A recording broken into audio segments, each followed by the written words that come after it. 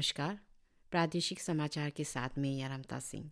आम चुनाव 2024 से पहले मुख्यमंत्री पेमा खांडू ने विश्वास प्रकट किया कि आगामी चुनाव में सैफरन पार्टी प्रधानमंत्री मोदी जी के नेतृत्व में केंद्र और राज्य में सत्ता को बरकरार रखेंगे।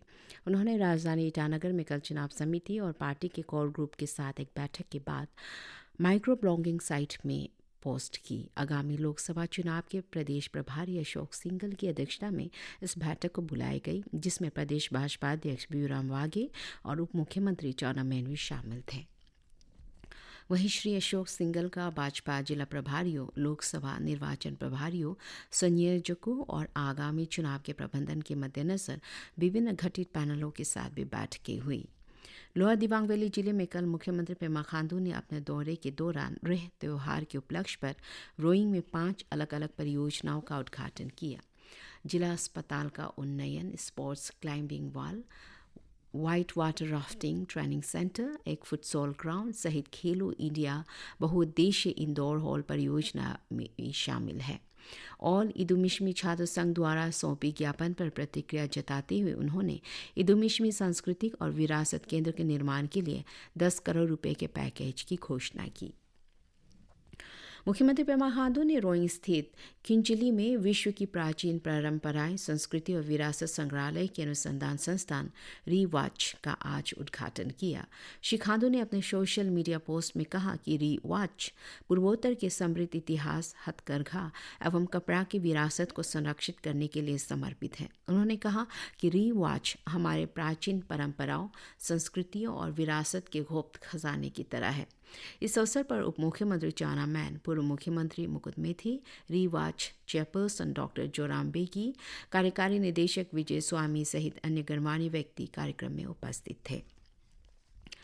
राजधानी ईटानगर में जानवरों से इंसान को लगने वाली बीमारी जूनोटिक रोग के उभरने के मद्देनजर जिला स्तरीय जूनोटिक कमेटी सह जॉइंट स्टेयरिंग समिति NRCP और जिला multi sectoral task force NPCCHH ने आज जिला उपायुक्त के कार्यालय में एक बैठक रखी। बैठक में संक्रामक रोग को नियंत्रण में रखने के लिए एहतियाती उपाय की स्वीकृति और उस पर विचार विमर्श किया गया। हाल की स्थिति को ध्यान में रखते हुए स्वास्थ्य विभाग को रोग की निगरानी और मनुष्य में जूनोटिक मामले की निगरानी करने की जिम्मेदारी सौंपी गई है। जिला वेटरनरी अधिकारी, राजधानी ईटानगर और सीनियर वेटरनरी अधिकारी सहित ईटानगर नगर पालिका टीकाकरण कार्यक्रम की व्यवस्था करेंगे और पालतू एवं आवारा जानवरों, खासकर कुत्तों की रूटीन टीकाकरण को सुनिश्चित करेंगे।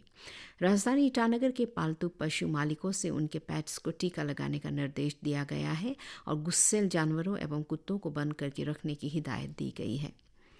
वेस्ट कामेंग जिला चुनाव ऑफिस ने बोमदिला राजकीय कॉलेज में कल इलेक्ट्रॉनिक वोटिंग मशीन EVM और voter verifiable paper audit trail VVPAT पर ज्ञान प्रदान करने के लिए एक जागरूकता कार्यक्रम का आयोजन किया। इलेक्ट्रॉल लिटरेसी क्लब के नोडल अधिकारी डॉक्टर लामू यांगचिन ने मतदान के महत्व, मतदान प्रक्रिया, वोटर ID कार्ड और चुनाव प्रक्रिया के अन्य जरूरी तत्वों के बारे में बताया। वहीं रिसोर्स पर्सन तेंजिंग गेगे धुंगन ने कॉलेज के छात्रों और फैकल्टी की जागरूकता के लिए EVM और VVPAT मशीनों का प्रदर्शन किया। संतोष ट्रॉफी 2023-24 की राष्ट्रीय फुटबॉल प्रतियोगिता NFC के 77वां संस्करण के फाइनल राउंड की मेजबानी करने के लिए अरुणाचल प्रदेश पूरी तरह तैयार है। यह प्रतियोगिता पापुमपारे जिले के गोल्डन जुबली आउटडोर स्टेडियम यूपिया में आगामी 21 फरवरी से 9 मार्च तक आयोजित किया जाएगा। चैंपियनशिप के लिए कल संतोष ट्रॉफी को ईटानगर लाया गया था। इस प्रतियोगिता में 12 टीमें हिस्सा ले रहे हैं। प्रतियोगिता में अरुणाचल प्रदेश, मेघालय, गोवा, असम, सर्विसेज और केरला को ग्रुप A, वहीं महाराष्ट्र, दिल्ली, मणिपुर, मिजोरम और रेलवेज को ग्रुप B में रखा गया है। प्रधानमंत्री नरेंद्र मोदी ने कहा है कि देश 2047 तक विकसित भारत बनने के दृष्टिकोण के साथ आगे बढ़ रहा है। उन्होंने कहा कि इस लक्ष्य को हासिल करने में गतिशीलता क्षेत्र महत्वपूर्ण भूमिका निभाने वाला है।